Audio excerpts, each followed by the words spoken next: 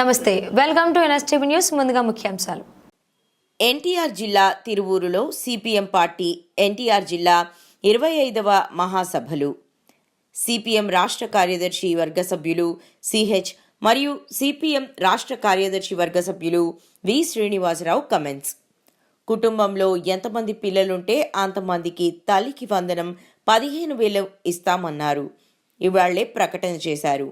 మళ్లీ స్కూళ్లు తెరిస్తే తల్లికి వందనం ఇస్తారట. ఆ రోజు వైఎస్ జగన్ను మీరే విమర్శించారు. మరి ఇప్పుడు ఏమైంది? 18 ఏళ్ల వయసు వారికి నెలకు 1,500 అన్నారు. అది మర్చిపోయారు. కరెంటు ఛార్జీలు పెంచాలని మాత్రం 6 నెలలు సరిపోయింది. నిత్యావసర ధరలు పెంచేశారు.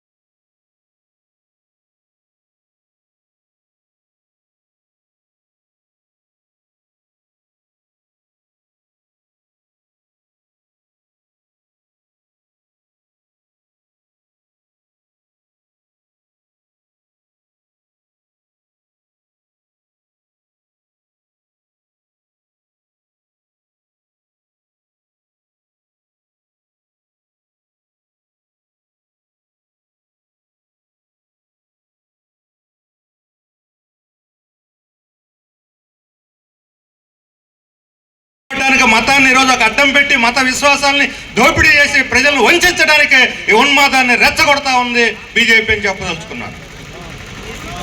ఈ రాష్ట్రంలో ఈ మధ్య విశ్వ హిందూ పరిషత్తులు బయలుదేరారు.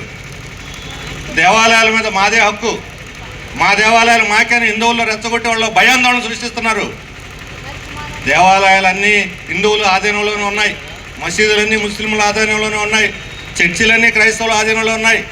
హిందువులు, క్రైస్తవులు, ముస్లింలు అందరూ కలిసిమెలిసి అన్నదమ్ముల్లాగా మత సామరస్యంతో జీవిస్తున్నటువంటి రాష్ట్రం ఆంధ్రప్రదేశ్.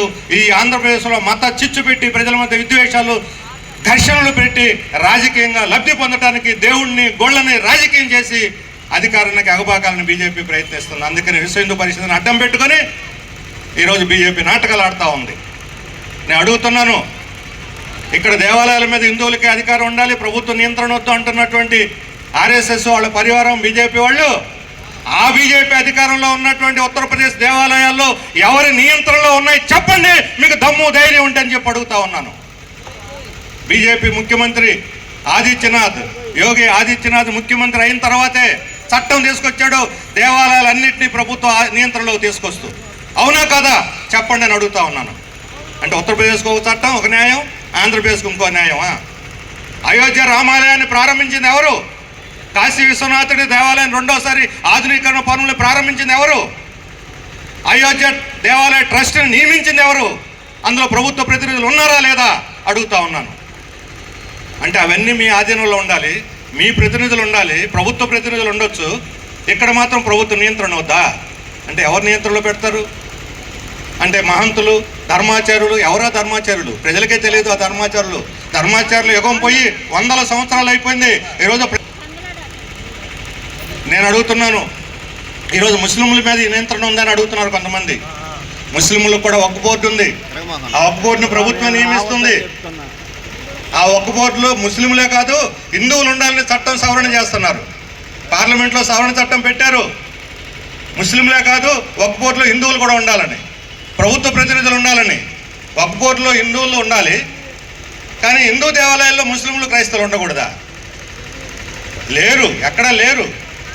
వీళ్ళు లేని సమస్యను సృష్టించి హిందువులకి దేవాలయాలు అన్నారు. హిందువులకు కాదు, భక్తులందరూ ఒకటే. నేను అడుగుతున్నాను, మీరు చెప్పే హిందువుల్లో దళితుల స్థానం ఎక్కడ? ఈరోజు వాళ్ళు అంటున్నారు కులాన్ని గడప లోపల పెట్టుకోండి, బయటకు వచ్చి మనంతా హిందువులు అంటున్నాడు. గడప లోపల కులం పెడితే రిజర్వేషన్లు అక్కర్లేదా? అత్యాచారాలు ఎదుర్కోవాల్సిన అవసరం లేదా? కుల వివక్షతను ఎదుర్కోవాల్సిన అవసరం లేదా? కుల గణన అవసరం లేదా? ఎన్ని సమస్యలు ఈరోజు కుల వివక్షత ఎదుర్కొంటున్న కులాల మధ్య అంతరాలు, కులాంతరాలను అడ్డం పెట్టుకొని ఈరోజు దాన్ని సమస్య పడేట్టు దాన్ని రిజర్వేషన్లు ఎత్తేసి సామాజిక న్యాయాన్ని ఖూనీ చేయడానికే ఆర్ఎస్ఎస్ బీజేపీ వాళ్ళు హిందుత్వం అనే మతోన్మాదాన్ని మన మీద రుద్దుతున్నారు. హిందుత్వం అనేది హిందూ మతం కాదు. ఆర్ఎస్ఎస్ వాళ్ళు హిందూ మతానికి ప్రతినిధులు కాదు. వాళ్ళకి దైవం మీద విశ్వాసం లేదు, భక్తి లేదు. వాళ్ళకి రాజకీయం మీద, అధికార పీఠం మీద మాత్రమే వాళ్ళకి శ్రద్ధ ఉంది, వాళ్ళకి భక్తి ఉన్నది. సింహాసనం మీద వాళ్ళకి భక్తి, దేవాలయం మీద దేవుడి మీద కాదు. దేవాలయాల్ని దేవుడిని అడ్డం పెట్టుకుని అధికారాన్ని సంపాదించాలనేటువంటి ఒక రాజకీయ కుట్ర. అందుకోసం హిందువులు, ముస్లింలు, క్రైస్తవుల మధ్య విద్వేషాలు పెంచి, తగాదాలు పెంచి, ఘర్షణలు పెట్టి అనైక్యత సృష్టించి రాష్ట్రాన్ని, దేశాన్ని బలహీనపరచాలని చూస్తున్నారు. దాన్ని ఎట్టి పరిస్థితుల్లో ఎర్రజెండా అనుమతించదు, ప్రజలు అనుమతించరు అని చెప్పి నేను చెప్పదలుచుకున్నాను. చేస్తామంటే ఇవాళ ఏమంటున్నారు, అందరి వాడినే కాదు కొందరు వాడులాగా ఈరోజు బీజేపీ కొత్తగా ఆర్ఎస్ఎస్ తీర్థం పుచ్చుకున్నట్టుగా మాట్లాడుతూ ఉన్నారు. బీజేపీ వాళ్ళు మాట్లాడితే ఆంధ్రప్రదేశ్లో ఎవరో నమ్మేవాళ్ళు లేరు. అందుకే వాళ్ళ బీజేపీ పవన్ కళ్యాణ్ని పావులాగా వాడుకొని సనాతన ధర్మం పేరుతో ప్రజల మధ్య చీలికలు పెట్టే ప్రయత్నం చేస్తూ ఉంటే మీరు వాళ్ళకి పావులుగా ఉపయోగపడుతున్నారు. ఆలోచించండి, ఇది మీకు మంచిది కాదు, రాష్ట్రానికి మంచిది కాదు. ఇప్పుడే వస్తూ ఉంటే చూస్తున్నారు దేవాలయాల రక్షణ అని. దేవాలయాల రక్షణ కాదు, బీజేపీ ఈ రాష్ట్రంలో, మహారాష్ట్రలో షిండేలాగా వ్యవహరించినట్టు రాబోయే కాలంలో అధికారాన్ని కైవసం చేసుకోవటానికి దేవాలయాలను అడ్డం పెట్టుకునే రాజకీయం చేస్తూ ఉంది. దేవాలయాల మీద లేదు, రాముడి మీద, దేవుడి మీద వాళ్ళకి ప్రేమ లేదు. రాముడిని, దేవుణ్ణి, దేవాలయాల్ని అడ్డం పెట్టుకుని అధికారం కోసం ప్రయత్నం చేస్తూ ఉన్నారు. గమనించండి, తెలుగుదేశం, జనసేన మీరు గమనించండి. మిమ్మల్ని అడ్డం పెట్టుకుని రాష్ట్రంలో రేపు మీకే ఎగనామం పెట్టడానికి కుట్రలు చేస్తూ ఉన్నారు. ఇందాకే చెప్పారు, మహారాష్ట్రలో చూసాం, బీహార్లో చూసాం, తమిళనాడులో చూసాం, లేదు పంజాబ్లో అకాలీదళ చూసాం. ప్రాంతీయ పార్టీలను దెబ్బతీయటానికి ఒకే దేశం ఒకే ఎన్నిక. ఇక ఒకే దేశం ఒకే ఎన్నిక అయితే, జమిలి ఎన్నికలైతే అసలు ప్రాంతీయ పార్టీల్ని దెబ్బతీయటానికి కుట్ర పనితే ప్రాంతీయ పార్టీలుగా మీరుండి వారికి దాసోహం అంటున్నారు. ఇది మీకు ఆత్మహత్య సదృశ్యం అవుతుంది, ప్రజాస్వామ్యాన్ని మంట కలుస్తుంది. అందుకే గమనించండి, ఈ దేశంలో ఎవరి మతం వారి ఇష్టం, ఎవరి మత స్వేచ్ఛ వారిది. కానీ మత సామరస్యం మన దేశ సాంప్రదాయం. ఆ మత సామరస్యం కోసం, ప్రజల మధ్య ఐక్యత కోసం సిపిఎం అందరినీ కలుపుకొని, లౌకిక శక్తులను కలుపుకొని ఉద్యమం చేస్తున్నాం. ఈ ఉద్యమానికి మీరందరూ కూడా సంపూర్ణమైన మద్దతునిచ్చి ఎర్ర జెండాని, సిపిఎంని, ప్రజా ఉద్యమాల్ని బలపరచాలని విజ్ఞప్తి చేస్తూ సెలవు తీసుకుంటున్నాం.